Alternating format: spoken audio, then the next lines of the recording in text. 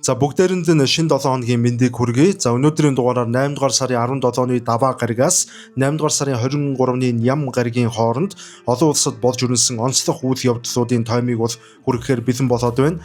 За эхний мэдээ маань Америкийн нэгдсэн улсын ерөнхийлөгч Дональд Трампын зүгээс Өмнөд Солонгос улсыг Ираны дайнд туслаагүй учраас Өмнөд Солонгостой хамтран хийдэг цэргийн сургуулалтаа багасгахыг даалгасан талаарх мэдээ байна.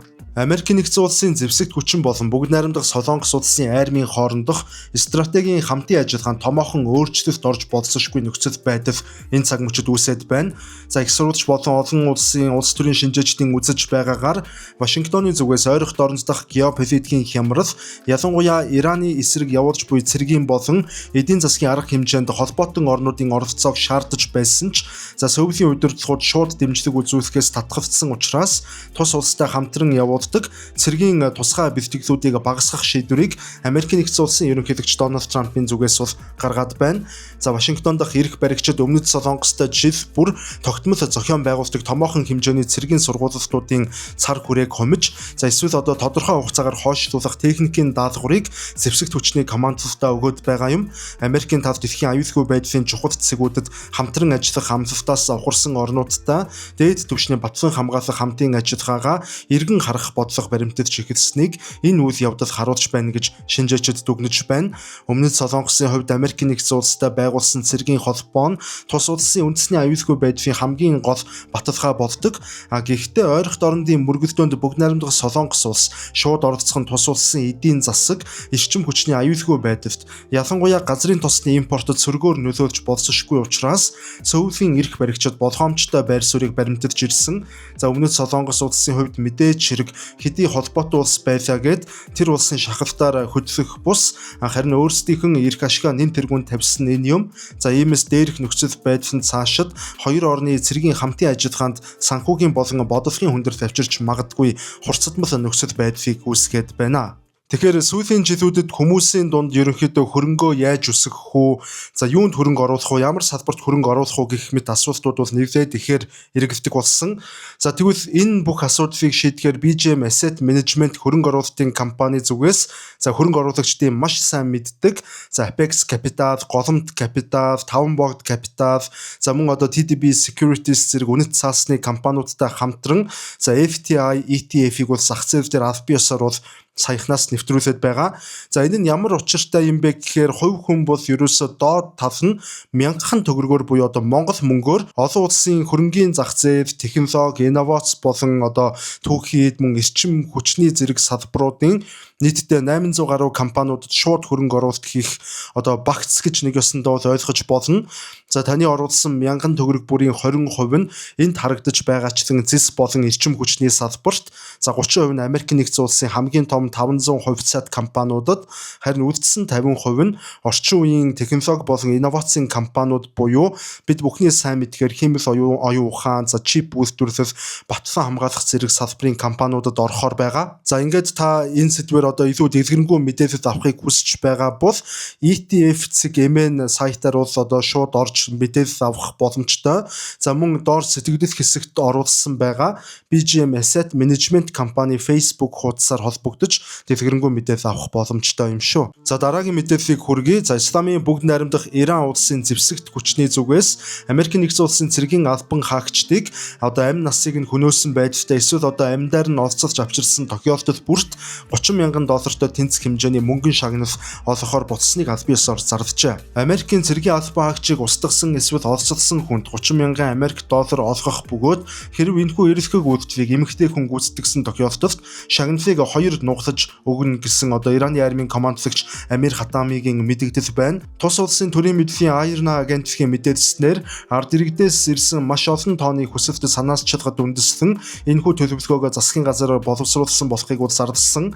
Мөн Америкийн цэргүүдийн эсрэг үйлдэл хийхэд ашигласан зэвсгийг зах зээлийн үнээс 2 дахин өндөр үнээр худалдан авч шинээр сольж өгөхөөс гадна тухайн зэвсгийг бас музейд хадгалсан гэдгээ бол мэдэгдсэн.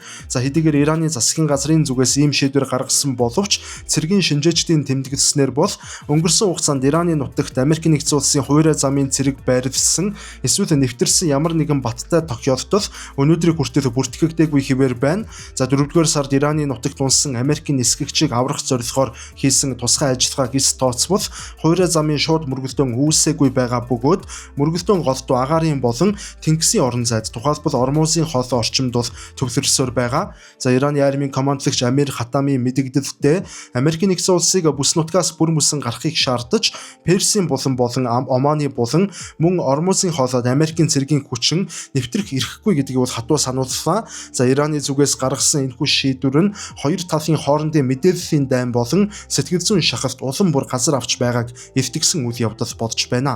За дараагийн мэдээллийг хүргэе. Украины саяхан албан тушаалаас чөлөөлөгдсөн тус улсын батлан хамгаалахын сайд асан Михаило Федоров тус улсад үргэлжилж буй дайны нөхцөл байдлыг үл харгалзсан ерөнхийлөгчийн сонгуулийг зайлшгүй явуулах ёстой гэдэг ийм аль биесны мэдээлэл хийлээ. За энэ нь 2022 онд Орос улс Украинд хавцснаас хойших ерөнхийлөгч Владимир Зеленскийгийн засаглалд тулгарсан хамгийн том бөгөөд шууд улс төрийн сорилт болон хувирч байгаагаараа онцлог юм а. Facebook, YouTube болон бусад цахим сүлжээнд байршуулсан нийт 9 минутын видеогоор дамжуулан Федоров Украины ард түмэн ардчилсан сонголт хийх эрхээ Оросын ерөнхийлөгч Владимир Путиний үйлдэлээс шалтгаалan хязгаарлуулж болохгүй хэмээн онцолсон юм. Ардчлал бол инх тайван үеийн тансаглал биш. Ардчлал бол өнөөдөр бидний тэмцэж буй үнэт зүйлсийн нэг хэсэг хэмээн тэрээр онцлон хэлсэн. За мөн тэрээр Украинд олон жил үргэлжилж болзошгүй дайны нөхцөл байдалд улс орныг хэрхэн удирдах талаар шинэ бодлого хэрэгтэй байгааг сануулад засгийн газрын зарим шийдвэрүүд хээл хахуул болон албан тушаал томилох шалгууруудыг маш хүчтэй шүүмжлээд байгаа. За энэхүү мэдээлэлнээ саяхан засгийн газрын бүтцийн өөрчлөлтийн хүрээнд Михаило Федоров батлан хамгаалахын сайдын албан тушаалаас гинтийн байдлаар огцорсны дараагаар гарч ирснээр онцлог юм. За өмнө нь тус улсын дижитал өөрчлөлтийн сайдаар ажиллаж дроныг хөгжүүлэлт болон цахим засаглалыг бол амжилттай удирдах байсан түүнийг гинт албан тушаалаас нь буулгасан нь Киевийн гудамжинд олон нийтийн эсэргүүцэл жагсаалт цуглааныг бол тэр дорн өдөөж байсан. За Федоров ерөнхийлөгч Владимир Зеленскийгийн өгсөн өөр бусад өндөр албан тушаалуудын саналаас сайн дураараа татгалзаж энэхүү эд тод түүнийг шүүмжлэж эхэлсэн нь түүнийг Украины улс төрийн шинэ сөрөг хүчний гол төв болох магадaltaйг бол ажиглагчид онцолж байна. За Украины үндсэн хууль болон дайны байдлын тухай хууль тогтоомжийн дагуу улс оронд дайны байдал зарласан үед үндэсний хэмжээний сонгуул явуулахыг аль бие ёсоор бол хоригддог. За Зеленскийн бүрийн эрхийн хугацаа дууссан хэдий ч Украины улс төрийн хүрээнийхэн болон олон нийтийн дийлэнх нь дайн үргэлжилж байгаа энэ цаг үед сонгуул явуулах нь улс орны эм нэгдлийг хагаралтуулах аюултай гэж үзсээр ирсэн. За гисэн хэдий ч санал асуулгын дүнгээр хэрэг сонгуул явуулбал Федоров болон зэвсэгт хүчний экс командлагч Валерий Залужний нар өндөр дэмжлэг авах магадaltaй дүр зураг бол харагдаж байгаа нь одоогийн ерөнхийлөгч Владимир Зеленский болон эрх баригчдад томоохон сорилт болоод байна. За ерөнхийлөгч Зеленскийн тамгын газар Федоровын энэхүү мэдээлэлд аль бие ёсны хариу өгөөгүй байгаа бөгөөд дайны хүнд хэцүү цаг үед сонгуул явуулах асуудал нь сая дөрвөгчдийн эрх ашиг, цэргийн алба хаагчдын оролцоо зэрэг олон хүндрэл бэрхшээлийг араасаа дагуулах нь тодорхой юм а. За дараагийн мэдээг танилцуулъя. Америкийн нэгдсэн улсын ерөнхийлөгч Дональд Трамп умард солонгосын эзэмшиж буй цөмийн цэнэгт хошуунуудын тоог аль бие ёсоор олон нийтэд анх удаа дэлгэж энэ оны сүүлээр мөн тус улсын удирдагч Ким Жон Унтай биечлэн уулзахаар төлөвлөж байгаагаа мэдгдсэн юм сонирхолтой үйл явдал боллоо. За энэхүү гинтийн бөгөөд уйлантай мэдгдэл нь солонгосын хойг дах геополитикийн нөхцөл байдал за мөн Вашингтон Пхеньяны харилцаанд бол цоо шин эргэлтийг авчирч магадгүй үйл явдал болоод байна. Трампийн өгсөн мэдээлэлээр умард солонгос улс одоогоор тодорхой тооны цөмийн цэнэгт хошууг амжилттай бүтээж өөрийн зэвсэгт хүчний мэдээлэлд нөөцлсөн болохыг бол дурдсан. За урд өмнө нь Америкийн нэгдсэн улсын тагнуулын болон засгийн газрын аль бие ёсны тайлангуудад энэ тоог зөвхөн таамаглал болон хязгаарлагдмал хүрээнд нууцладаг байсан бөгөөд Америкийн нэгдсэн улсын төрийн тэргүүний түвшинд анх удаа умард солонгосыг 57 ширхэг цөмийн цэнэгтээ буужинтай хэмээн тодорхой тоогоор зарласан нь олон улсын дипломат болон цэргийн шинжээчдийн анхаарлыг бол шууд татаад байна. За мөн Трамп өөрийн өвөрмөц дипломат арга барилыг үргэлжлүүлж Пхеньяны удирдагч Ким Жон Унтай энэ оны сүүлээр дахин дээд хэмжээний уулзалт хийхээр төлөвлөж буйгаан баталсан. За тэрээр өмнөх бүрийн эрхийн хугацаанд Сингапур болон Вьетнамын Ханой хотноо Ким Жон Унтай түүхэн уулзалтуудыг бол хийж байсан. За энэ удаагийн уулзалтаар Солонгосын хойгийг цөмийн зэвсгээс ангижруулах, хоёр талын харилцааг сайжруулах болон эдийн засгийн хориг арга хэмжээг хөнгөвчлөх асуудлаар бодит тохиролцоонд хүрэх зорилготой байгаа гэдгийг бол онцлсан. За Вашингтоны зарим холбоотнууд буюу тухайлбал Япон ба Өмнөд Солонгос зэрэг улсуудын зүгээс Трампын энэхүү дангаар атгсан шийдвэр. Ялангуяа умард Солонгосын цөмийн статусыг бодитоор хүлээн зөвшөөрж болзошгүй алхамд нэлээд болгоомжтой хандаж байна. За гисэн хэдий ч цагаан ордны зүгээс энэ нь бүс нутагт тогтвортой байдлыг тогтоох, цөмийн хурцдмал байдлыг бууруулах үүднээс шууд яриа хэлэлцээ хийх зайлшгүй алхам хэмээн тайлбарлаж байгаа юм. За энэхүү төвлөвлөсөн уулзалт болон цөмийн зэвсгийн тоог хил болгосон явдал нь Аз номхон далайн бүс нутгийн аюулгүй байдлын асуудалд хэрхэн нөлөөлөх нь ойрын саруудад олон улсын анхаарлын төвд орох нь бол гарцаагүй үйл явдал болж хувираад байна. За дараагийн мэдээллийг та бүхэндээ хүргэе. Сингапурын анхны ерөнхий сайд бөгөөд тус улсыг өнөөгийн хөгжилд хүргэсэн хамгийн гол хүн болох Lee Kuan Yew-ны хувийн хэрэглээнд ашиглаж байсан Mont Blanc брендийн үзэг Сингапурт болсон дуудлага худалдаагаар урьдчилан төсөөлснөөс хэд дахин өндөр үнээр зарагдаж дэлхийн нийтээр шуугиан тарилаа. Сингапурын Hotlot's дуудлага худалдааны ордонд болсон энэхүү арга хэмжээний үеэр зарагдсан үзэг нь стерлинг мөнгөн материалтай 18 каратын алтан хушуутай Mont Blanc Meister Stuck 146 загварын үзэг юм. За энэхүү үзэг дээр Lee Kuan Yew-ыг ерөнхий сайдаар ажиллаж байх үе зориулсан албан ёсоор SM Lee Kuan Yew хэмээн сэлсэн тус үзэгний үн цэнийг огцом өсгсөн хамгийн гол үзүүлэлт юм.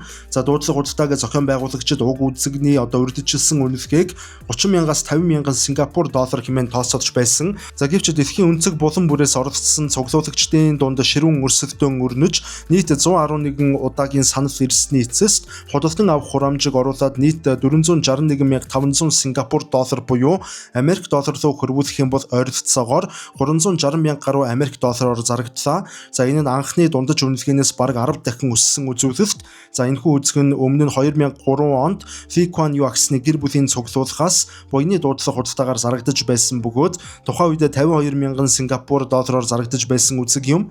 За түүнчлэн энэ удаагийн дуудлага худалдаагаар зөвхөн Mont Blanc үзгээр зогсохгүй түүхэн бусад холбогдолтой эд зүйлс мөн өндөр үнээр зарагдсан. За тухайлбал Lee Kuan Yew-ны 1957 оны Сингапурын үндсэн хуулийн хэлэлцээрт гарын үсэг зурж байсан хар өнгийн Waterman загварын үзэг мөн л 350,000 Сингапур доллараар зарагдсан юм.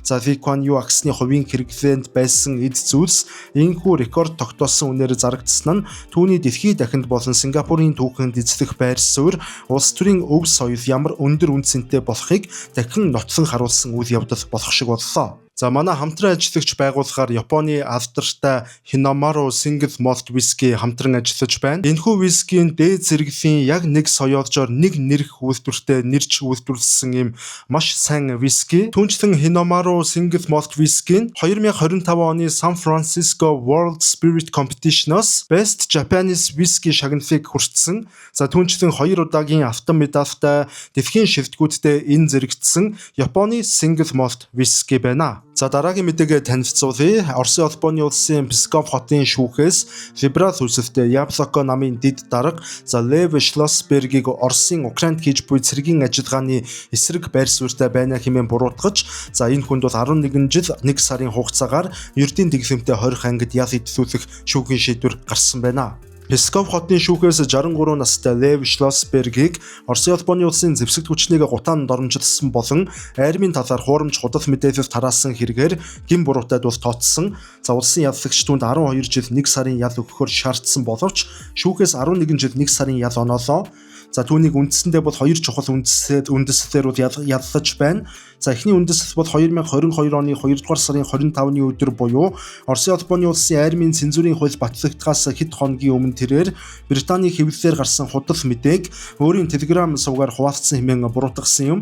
За харин 2 дахь үндэслэл нь YouTube болон бусад захим сүлжээгээр дамжуулан Украинд явуулж буй дайныг нэн даруй зогсоож гал зогсоох хэрэгтэй хэмээн эв тод байр сууриа илэрхийлсэн явдал болж таарч байгаа юм. За хэдийгээр шүүхийн зүгээс ийм шийдвэр гаргасан боловч хууль эрхцэн шинжээчд болон бие даасан хэвлэлүүдийн мэдээлж буйгаар энэхүү шүүх хурал ноцтой зөрчил дутагдaltaа явагдсан гэж тэд үзэж байна. За тухайлбал шүүх хурлын шийдвэрлэх мэтгэлцээний үеэр Шлоссбергийн өмгөөлөгчд хүнд өвчтөй болон өөр ажилтай байсан тул оролцож чадаагүй бөгөөд шүүгч тэднийг хүлээлгүйгээр улсаас шууд өмгөөлөгч томилох байдлаар шүүх хуралдааныг бол хүчээр явуулсан. За Шлоссберг шүүхтэр хэлсэн сүүлийн үгэндээ өөрийгөө ямар ч гэмтэрэг үлдээгүй бөгөөд ердөө улс төрийн зорилгоор эрхчлөөг минь хасаж байгааг хэмээн мэдэгдээд шүүгчд хандаж эрхэм шүүгч та энэ бүх хэлмэгдүүлсэн шийдвэрээ өхөн өгтлээ дотроо тээсээр амьдрах болж байгаад тань гүнээ харамсаж байна хэмээн ёгтлон хэлсэн байна. За мөн өөрийн хаалтын үгэндээ тэрээр Украины дайн болон Оросын нийгэмд учруулж буй хор хохирлыг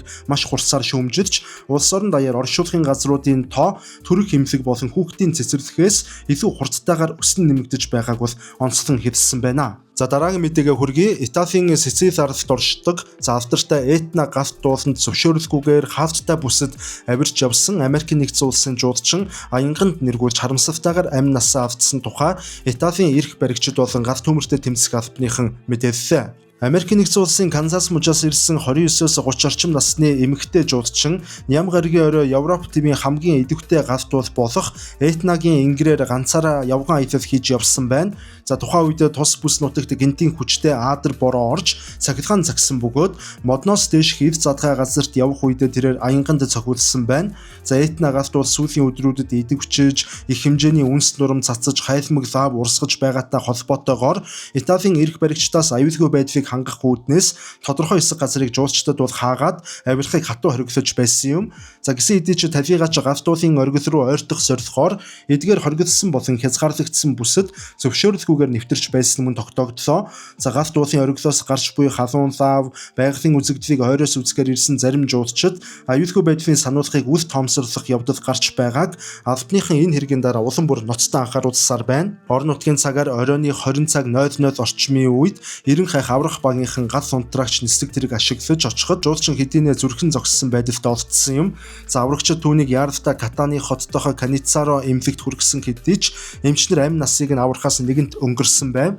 Этна бол Сицили арлын бэлэг тэмдэг болсон далайн төвшнгөөс дэш 3300 гаруй метр өндөрт орших Европт хамгийн өндөр идэвхтэй галт дуулт тооцогддог. Жил бүр сая гаруй жуулчид зорин ирдэг. Энэхүү байгалийн цогцлборт галт дуулын идэвхжлийн улмаас цаг агаарын огцом өөрчлөлт гарч гинтийн аадар бороо аянгын аюул маш өндөр байдаг. За эрх баригчид аялагчдыг аюулгүй байдлын дүрм журмыг чанд сахиж хориглосон бүс рүү зорчин орохгүй байхыг дахин сануулсаар байна.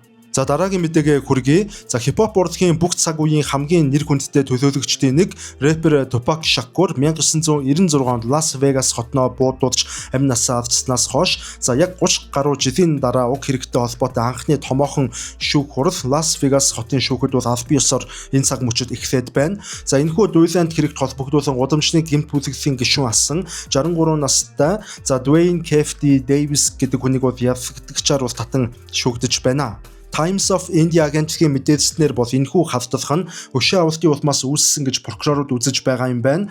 За тодорхойлбол 1996 оны 9-р сарын 7-ны өдөр Майк Тайсны боксing тулааны дараагаар MGM Grand зочид буудалд Tupac-ийн багийнхан Дэвисийн эгчийн хүү болох Baby Lion хочтой Орландо Андерсныг бол зодож гэмтээсэн хэрэг гарсан юм. За үүний дараа буюу тухайн өдрийн оройн нь машинтайгаа явж байсан Tupac Shakur руу буута этгээдүүд халдлага үйлдэж 4 удаа буудснаар тэрээр 6 хоногийн дараа эмнэлэгт бол нас барсан түүхтэй. За улмаар Guardian сонины мэдээлснээр прокурорууд Dwayne Davis-ийг шууд гогтарч буудаагүй боловч энэхүү хэргийг гардан зохион байгуулж зэвсгээр хангасан гол стратегч командлагч байсан хэмээн бол буруутгаж байна. За шүүх хурлын явцад WUFT News сувгийн мэдээлснээр за Davis-ийн өмнө нь хууль сахиулах байгууллага болон хэвлэл мэдээлэлээр ярьж байсан тэдгээр ярианы бичлэгүүд болон хамгийн гол нь 2008 онд мэдээллүүдийг нотлох баримт болгон танилцуулж байгаа юм. За тэр бүх нотлох баримтуудаар бол түүний эгчийн хүү болох Орландо Андерсон нь за Dwayne Davis-ийн машин дотроос Tupac-ийг буудаж амь насыг нь хөнөөсөн болж таарч байгаа юм. За хэдий тийм боловч Dwayne Davis нь өөртөө тулгасан ялыг хүлээн зөвшөөрөөгүй байгаа бөгөөд гин буруугүй гэсэн байр суурьтай хэвээр байна. За түүний өмгөөлөгч Michael Snaft-ийн шүүгчдэд хандан хэлэхдээ 30 жилийн турш хууль сахиулах байгууллагууд уг хэргийг нотлох бодиттой ямар ч физик нотлохоо чадаагүй гэдгийг мөн онцолж байна. За мөн хамгийн гол нь Dwayne Davis Tupac-ийн алуулгын талаар өмнө нь телевизүүдэд өгсөн ярилцлага болон Compton Street Legend хэмээх дурсамж номондоо бол энэхүү алуулгыг маш тодорхой бичсэн байдаг нь түүнийг энэ хэрэг татах гол үндэслэл болсон юм. За харин Dwayne Davis-ийн хувьд тэрээр уг номонд бичсэн зүйлс болон өмнө нь өгсөн ярилцлагууд нь ердөө олонний анхаарлыг татаж номын борлуулалтаа нэмэх гэсэн хэтрүүлэгтэй стратегийн төлөвлөгөө маркетинг байсан талаар бол онцолсоор байгаа юм а. За дараагийн мэдээлэл хүргэе. Америк нэгдсэн улсын ерөнхийлөгч Дональд Трампын засаглалын дэмжих олон нийтийн дэмжлэг бол эрс буурч түүний 2 дахь бүрийн эрхийн хугацаанд хамгийн доод түвшин буюу 33% бол хүртэл унаад байна. Дээрх дүн нь Reuters агентлаг болон олон улсын судалгааны Ipsos компанитай хамтран явуулсан хамгийн сүүлийн үеийн санал асуулгын судалгаагаар тогтоогдсон байна. Тус судалгаанд оролцогчдын ердөө 33% нь ерөнхийлөгч Дональд Трампын ажилд бол эерэг үнэлгээ өгсөн бол дийлэнх нь буюу 64% нь түүний бодлого үйл ажиллагааг эрс эсэргүүцэж байгаагаа илэрхийлсэн юм. Энэхүү 33%-ийн дэмжлэг нь түүний энэ удаагийн ерөнхийлөгчийн албан тушаал хашиж буй хугацаанд хамгийн доод үзүүлэлт төдийгүй анхны бүрийн эрхийн хугацаанд буюу 2017 оны 12 дугаар сард хүрч байсан түүхэн доод түвшинтэйгөө яг ижилхэн түвшинд очиж буурсан үзүүлэлт юм. Судлаачид болон шинжээчдийн үзэж байгаагаар ерөнхийлөгч Дональд Трампын нэр хүнд эрс муудахад гол нь нөлөөлсөн хүчин зүйлүүдийг хоёр үндсэн шалтгаантай гэж үзэж байна. Эхний шалтгаан бол Америк нэгдсэн улс болон Израиль улсаас Ираны эсрэг явуулж буй цэргийн ажиллагаа нь олон нийтийн дунд түгшүүр төрүүлж байгаатай шууд холбоотой. Судалгаанд оролцогчдын 80 гаруй хувь нь энэхүү мөргөлдөн ойрын хугацаанд дуусахгүй бөгөөд урт хугацаагаар үргэлжлэх болно гэж үзэж байгаа юм байна. Түүнчлэн уг мөргөлдөөний улмаас дэлхийн газрын тосны худалдаа тасалдаж Америк нэгдсэн улс дотор автомашины төлс шатхууны үн өмнөх оны мөн үетэй харьцуулахад бараг 3.1-ээр нэмэгдсэн нь энгийн иргэдийн өрхийн төсөвт хүн тарамт учруулж гэсэн талаар дурдж байна. Трамп өөрөө Ираны цөмийн аюулаас урьдчилан сэргийлэхийн тулд шатхууны үнэ бага зэрэг өсөхийг төвчих хэрэгтэй хэмээн мэдгдсэн ч сонгогчдын ердөө 20 хүрэхгүй хувь нь Трампын шалтгааныг эргээр хүлээн авч байгаа юм а. Энэ оны 11-р сарын 3-нд болох завсрын сонгуульд өгч буй энэ цаг үед олон нийтийн дэмжлэг инхүү огцсон үндэстэн нь эрх баригч бүгд найрамдах намын хувьд томоохон сорилт болон хувирч байна. Түүнчлэн санал асуулгын дүнгээр сөрөг хүчин болох ардчилсан нам, эдийн засгийн менежмент болон амжиргааны өртгийгээ бууруулах асуудал дээр олон жилийн дараа анх удаа бүгд найрамдах намаас илүү өндөр үнэлгээ авч эхэлсэн нь цагаан ордны бодлогод томоохон тохио бодж байгааг шинжээчид онцолж байна. Дараагийн мэдээллийг та бүхэндээ хүргэе.